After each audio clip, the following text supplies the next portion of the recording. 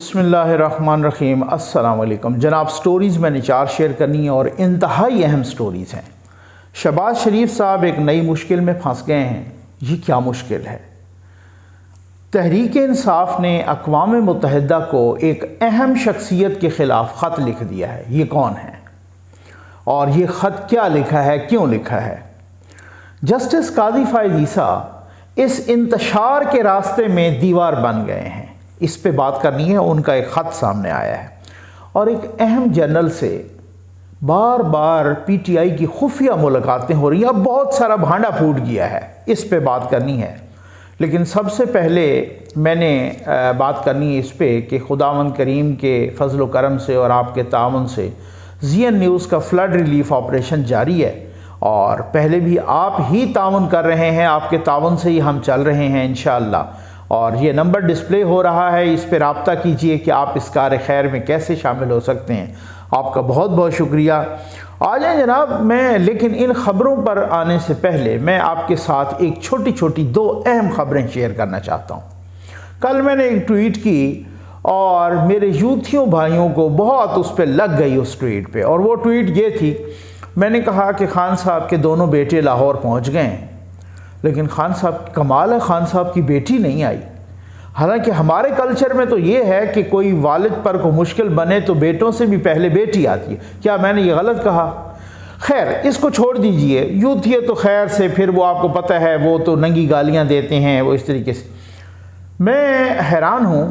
आज मैं एक रिपोर्ट पढ़ रहा था और उसमें लिखा था कि जी खान साहब की माहाना सिक्योरिटी पर 2 करोड़ 19 लाख रुपए खर्च हो रहे हैं। ये बिल्कुल गलत रिपोर्ट है। इसका बिल्कुल असेसमेंट गलत की गई। हाँ, इस्लामाबाद पुलिस ने ये गवर्नमेंट की, फेडरल गवर्नमेंट की, यहाँ की, ये जो खान साहब पंजाब बैठे हैं और वहाँ पता नहीं करोड़ों रुपए एक एक दिन खर्च हो रहे हैं। वो किधर खैबर पख्तूनख्वा जाते हैं, पंजाब का हेलीकॉप्टर इस्तेमाल करते हैं। भाई मेरे मुताबिक खान साहब की माहाना सिक्योरिटी पे कम से कम 10 करोड़ से ज़्यादा लग रहे हैं। मैं कहता हूं, आपको मैं चैलेंज करता हूं, आप जरा मुझे जो है ना फिंगर टिप्स पे है, मैं सब कुछ गिन के बता सकता हूं, ऐसी बात नहीं है। तो कल मैंने देखा कि वो आ रहे थे इमरान खान साहब के दोनों बेटे।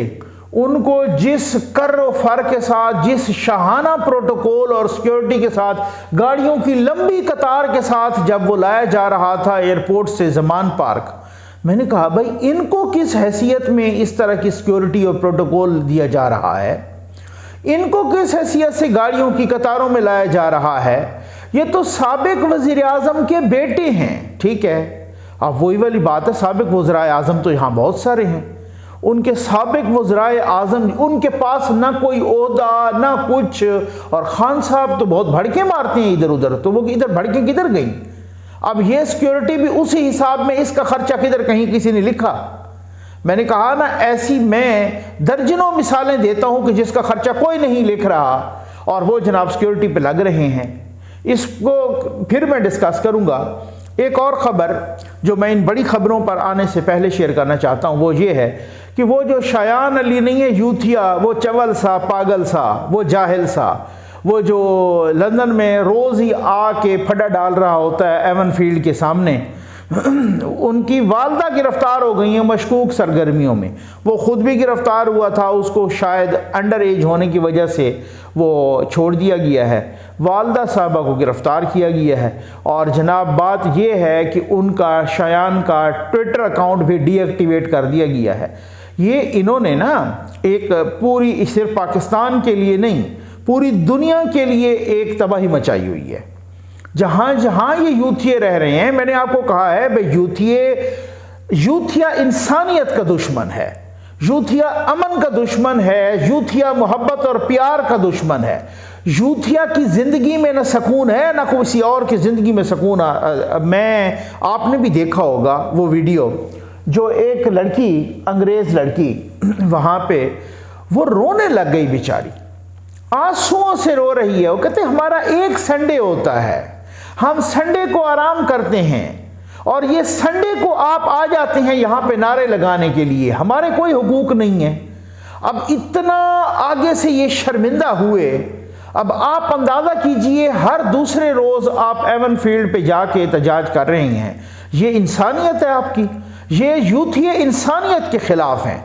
मैं आम तौर पे मैं ट्वीट करता होता हूँ और तकरीबन जो मेरे ट्विटर अकाउंट को भी फॉलो करते हैं, मैं कहता हूँ इमरान नियाज़ी के ख़िलाफ़ तौहीन इंसानियत का मुकदमा कटना चाहिए, क्योंकि इसने वो इंसानी अक़दार को पामाल किया है, अखलाकियात को पामाल किया है। कुछ लोग बहुत ही कमेंट्स करते हैं, मैं हर जो महज़ब कमेंट करता है उनको मैं जवाब देता हूँ, ऐसी बात नहीं है। गाली वाले को मैं ब्लॉक करता हूँ।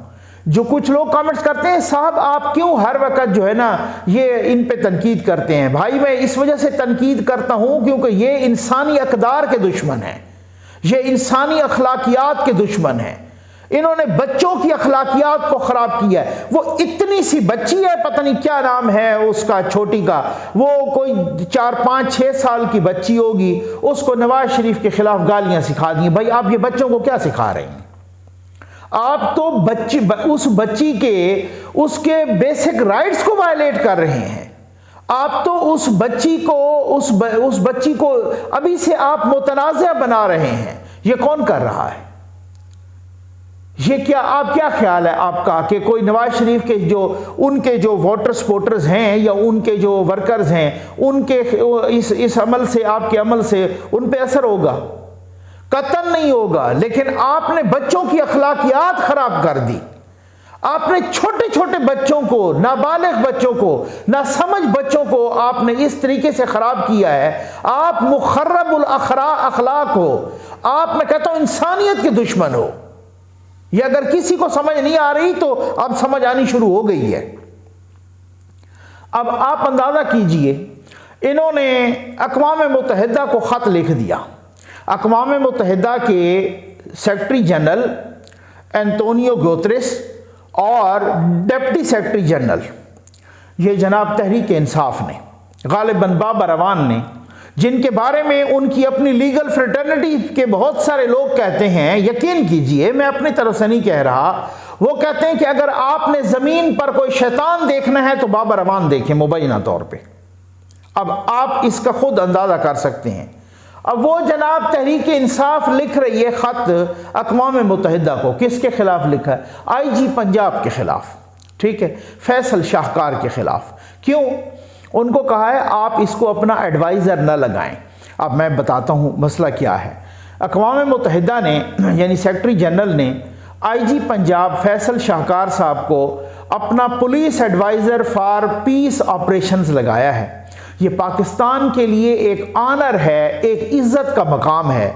कोई पहला पाकिस्तानी है जो अक़वाम मुत्तहिदा के सेक्रेटरी जनरल का एडवाइज़र लगा है, अपना police adviser for peace operations. ठीक, ये हमारे लिए एजाज़ है। इससे पहले मगरबी ममालिक वगैरह के, उनके लोग, मगरब के, अमेरिका के, दूसरे मुल्कों के, यूरोप के, अपना बरतानिया के, उनके लोग लगते थे। हमारा ये पहला बंदा है जो फैसल शाहकार साहब, ये अक़वाम मुत्तहिदा के सेक्रेटरी जनरल का एडवाइज़र लगा है, तो इस पर हमें खुश होना चाहिए। इन्होंने उसके खिलाफ ख़त लिख दिया कि इसको एडवाइज़र न लगाएं, इसको एडवाइज़र न लगाएं। ये तो अपने मुल्क में साबिक वज़ीर आज़म को सिक्योरिटी नहीं दे सका। अब आप अंदाज़ा कीजिए ज़रा, कहाँ का उस पर गुस्सा कहाँ निकाल दिया। अब आप अंदाज़ा कीजिए ज़रा कि ये इसको नहीं कर सका तो आपने, इससे पहले इन्होंने अपना IMF को खतूत लिखे। ये पाकिस्तान के दुश्मन हैं, यकीन करें। ये पाकिस्तान की सलामती के दुश्मन हैं, ये पाकिस्तान के इदारों के दुश्मन हैं, ये पाकिस्तान की बेसिक असास के दुश्मन हैं, ये पाकिस्तान के दो कौमी नजरिए के दुश्मन हैं। ये फिर कहते हैं कि जनाब फलां ने तो यूं साया हमारे खिलाफ, फलां ने तो यूं किया। आप यकीन कीजिए कोई इस हद तक गिरता है भला? मैं देख रहा हूं खान साहब आजकल इंटरनेशनल मीडिया को इंटरव्यू दे रहे हैं, कभी CNN को, तो कभी BBC को, तो कभी TRT को, तो कभी कोई तो कभी कोई, तो इस तरीके से ना मुख्तलिफ है। लेकिन एक सवाल का भी जवाब नहीं देते। वो इंडिया के मेजर गोरेवारिया, उसने ठीक करके छतरोल कर दी। उसने कहा कि आपने क्या CNN की एंकर को कोई आपने कामरान खान समझा था? कोई CNN की एंकर को आपने को ARY के मालशिया पालशिया बूट पालशिया एंकर समझे थे? उसको समझा था कि ये कोई ARY हमारा इंटरव्यू कर रहा है? वो एंकर बार बार पूछ रही है, आप अपने मुल्क के वजीर आजम पर, वजीर दाखिला पर और एक जर्नैल पर इल्ज़ाम लगा रहे हैं, आप फैसल नसीर साहब पे, उन पे इल्ज़ाम लगा रहे हैं, आपके पास सबूत क्या है? उसको इधर उधर से, मैं आपको बैकग्राउंड ज़रा बताता हूँ, फिर उसको पूरा टाइम, अब उस इंटरव्यू का एक टाइम होता है ना लिमिटेड, फिर गया जनाब 30 सेकंड के बाद फिर उसने सवाल किया, उसने कहा खान साहब मैं आपसे सबूत पूछ रही हूँ। फिर उसके बाद यूं घुमाया घुमाया घुमाया, उसने कहा फिर मैं आपसे सबूत पूछ रही हूं कि सबूत की बुनियाद पे आपने अपना इतना बड़ा इल्जाम लगा दिया उन पे। फिर उसको यूं घुमाया, आखिर तक वो पूछती रही, उसको जवाब नहीं मिला। दूसरी एंकर ने, गालिबन BBC की या किसकी एंकर थी, उसने पूछा, उसने कहा कि आपके जो खुर्शीद शाह साहब हैं, बाकी जो लोग हैं, जो अपोजिशन रहनुमा हैं, वो पूछ रहे हैं कि आपने 1 करोड़ नौकरियां कहा था, 50 लाख घर कहे थे, आपने इतनी बड़ी बड़ी भड़कें मारी थी, उसमें से कुछ भी आपने नहीं किया। उनको कहते हैं आपकी आवाज़ नहीं आ रही। अब ये हालात हैं, ये आप। उसके बाद उसने कहा कि आपने कितनी यूनिवर्सिटियां बनाई खैबर पख्तूनख्वा में, कितने कॉलेजेस बनाए, कितने हॉस्पिटल्स बनाए, आपकी आवाज नहीं आ रही। जहां पे ये सूरत हाल हो उस वक्त आवाज नहीं आती, और खान साहब कह रहे हैं जो यूं इल्ज़ाम लगाई रहो। मैं वो सुन रहा था, गालिबन TRT को उन्होंने इंटरव्यू दिया, DW को भी दिया, DW को, डॉयचे वेले को, उसमें जर्मन की न्यूज़ एजेंसी है जर्मनी की, उन्होंने कहा जनाब कि उनको कह रहा है कि ये पहले एजेंसियों ने मेरे खिलाफ वीडियोस बनवाई ताकि उनको उकसाया जाए मज़हब के इल्ज़ाम पर कि जी मैंने कोई तौहीन मज़हब की है। तो फिर उसके बाद अब ये कितना बड़ा इल्ज़ाम है। वो कहते हैं वो वीडियो उनको वकार सती को एजेंसियों ने बना के दी।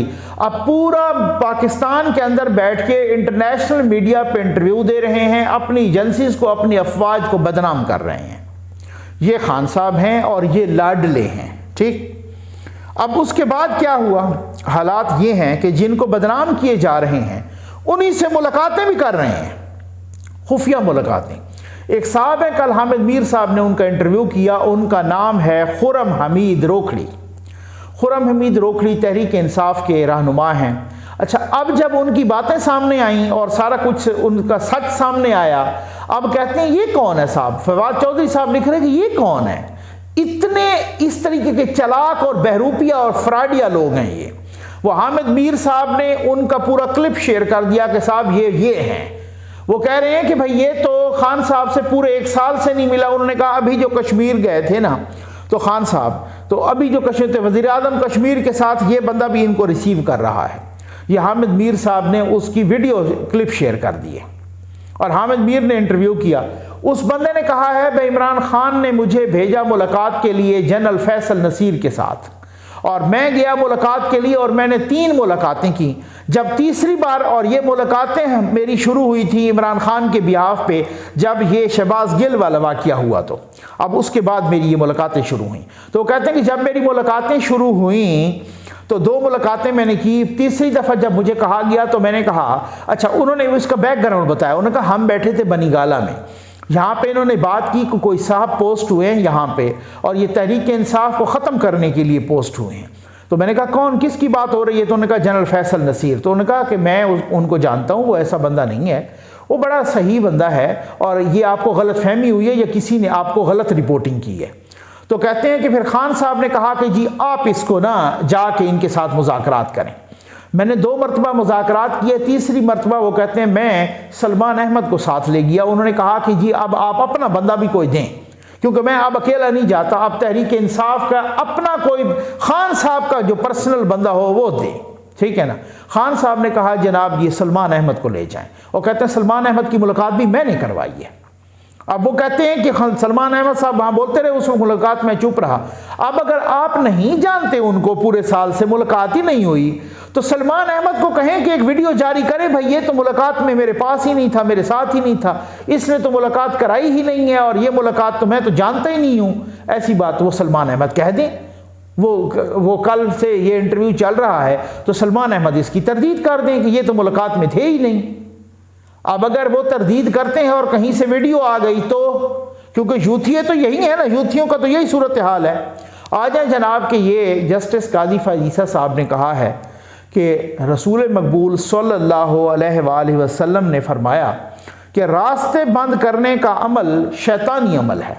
रास्ते बंद करना शैतानी अमल है।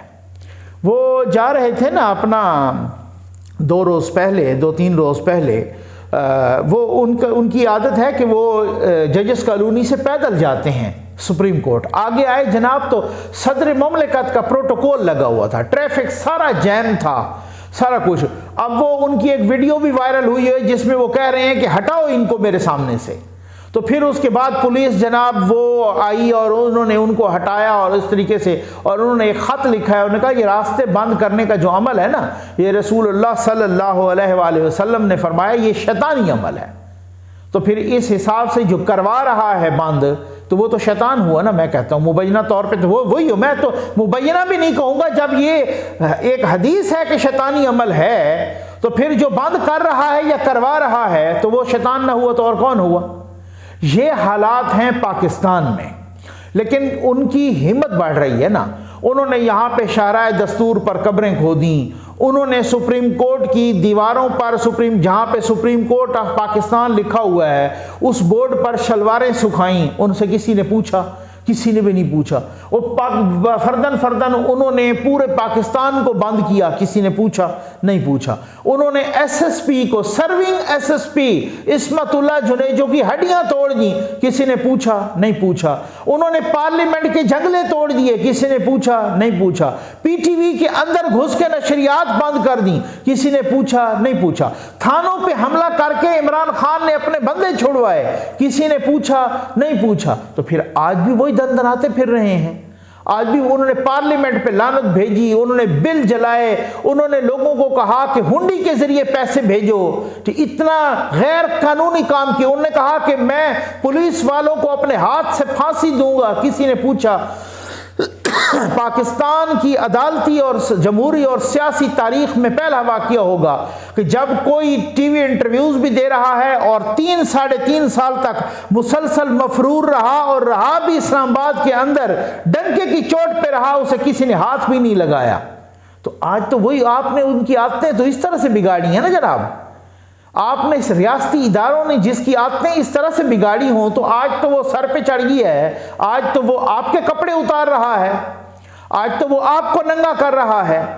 तो अब करो मजे, फिर आप इसको टैकल करो, अपने लाडले को टैकल करो जो आपके कपड़े उतार रहा है।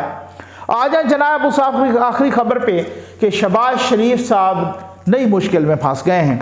कल मैंने कहा था कि जो हुकूमत के पॉइंट ऑफ व्यू से वो बिल्कुल ठीक और बहुत ही वो कह रहे हैं हुकूमत वाले, नून लीग वाले, बाकी जी बड़ी पॉजिटिव खबरें हैं, क्योंकि उसकी वजह है कि जनरल बाजवा साहब की भी रिटायरमेंट का प्लान, ठीक, वो भी अलविदाई दौरे उनके शुरू हो चुके हैं। DGSPR ने कहा, कल भी वो मंगला और वहाँ पे सियालकोट गए, फिर भी वो कर, तो उनके अलविदाई दौरे शुरू हैं, ठीक है। पहले एक्सटेंशन का कुछ चक्कर था, कोई गड़बड़ थी, कोई रोला था, लेकिन नहीं, अब बताया जा रहा है बहुत ही ऑथेंटिक सोर्सेज से कि अब बहुत ही चीज़ें स्मूथ जा रही हैं और बहुत ही, और वो जिसका फैसला था वो भी हो चुका है, जो अपॉइंटमेंट का, जिसकी वजह से फिर कल मैं देख रहा था, सुन रहा था परवेज़ खटक साहब का बयान कि जी जो भी आए हमें तो कोई एतराज़ नहीं है, जो नवाज शरीफ और शहबाज शरीफ लंदन में मुलाकात कर रहे हैं, उम्मीद है कोई पॉजिटिव ही फैसला करेंगे नई तकर्री के बारे में। तो ये बड़ा, मैं समझता हूँ ये एक सॉफ्टवेयर अपडेटेड किस्म का बयान है। ये इस तरह से उनको पता चल गया है कि अब वो दाल नहीं गलनी, और फिर उसके बाद जनाब ये सूरत हाल। लेकिन अब शहबाज शरीफ जहाँ नई मुश्किल में, अब उसका मुश्किल कह लें या कुछ भी कह लें, लेकिन मैंने बात करनी ज़रूरी थी, क्योंकि ये बात नहीं है कि भाई किसी के बारे में हम बात करते हैं तो यहाँ की कोई बात हो तो मैं नहीं करूँगा, ऐसी बात नहीं है। मैं जहाँ पर भी होगा वो बात, डेली मेल के ख़िलाफ़ उन्होंने एक मुकदमा किया था, क्योंकि डेली मेल ने उन पर इल्ज़ाम लगाया था। डेविड रोज़ ने, वो एक डेली मेल के सहाफ़ी हैं, उन्होंने शहबाज शरीफ साहब पे इल्ज़ाम लगाया था कि इन्होंने कोई फ़ंड्स में, गालिबन सैलाब के फ़ंड्स में खुर्द बुर्द की है, और उस वक़्त वो पंजाब के वज़ीर आला थे शहबाज शरीफ साहब। तो शहबाज शरीफ साहब ने उनको हद तक इज़्ज़त का वो दिया था। अब डेली मेल ने बजाते खुद भी को 9 दफ़ा तारीख मुअख्खर करवाई है अदालत से, लेकिन अब अदालत ने कहा इन्होंने कोई इल्तवा मांगा है शहबाज शरीफ साहब ने, इनके वकला ने, कि वो पाकिस्तान के वज़ीर आज़म हैं, अभी तक जवाब जमा कराने में उनको कुछ टाइम चाहिए। उन्होंने वो दरख्वास्त मुस्तरद कर दी है। उन्होंने कहा है कि नहीं, अब टाइम नहीं दूंगा। मेरी अदालत में एक आम आदमी और वज़ीर आज़म बराबर का दर्जा रखते हैं।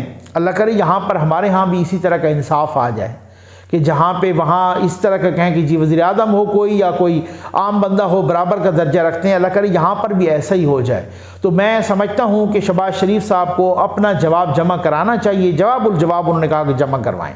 उन्होंने अपना जवाब जमा करवाया है, आप भी जवाब जमा करवाएं। चूँकि आपने हद तक इज़्ज़त का उनको नोटिस दिया था, तो इसका मतलब है कि आपके पास प्रूफ हैं, आपके पास इस बात के सबूत हैं, आप यहाँ पर भी बरी हो चुके हैं। आप बहुत सारे लंदन में भी किसी किस्म की मनी लॉन्ड्रिंग या करप्शन, वहाँ पर भी एक और मुकदमे में बरी हो चुके हैं। तो ये बिल्कुल कौम के सामने आना चाहिए। आपको अपना जवाब जमा कराना चाहिए शहबाज शरीफ साहब को, और डेली मेल के, अदरवाइज़ अगर वो जवाब जमा नहीं करवाते तो उन्होंने जो फिर हर्जाने की जो रकम है वो उनको देनी पड़ेगी। ये भी बात है। अब देखते हैं क्या होता है, लेकिन ये कौम के सामने सब कुछ आना चाहिए। इसी तरीके से वहाँ कम से कम उन अदालतों पे सबको एतमाद है, और उन अदालतों का फैसला जब हम ये कहते हैं कि जनाब उन्होंने शरीफ फैमिली को लंदन हाई कोर्ट ने क्लीन चिट दी, नवाज शरीफ साहब को क्लीन चिट दी, इसहाक डार साहब को क्लीन चिट दी, फलां को क्लीन चिट दी, तो बिल्कुल मेरिट पे ये भी इसी तरीके से उम्मीद नहीं, यकीन होना चाहिए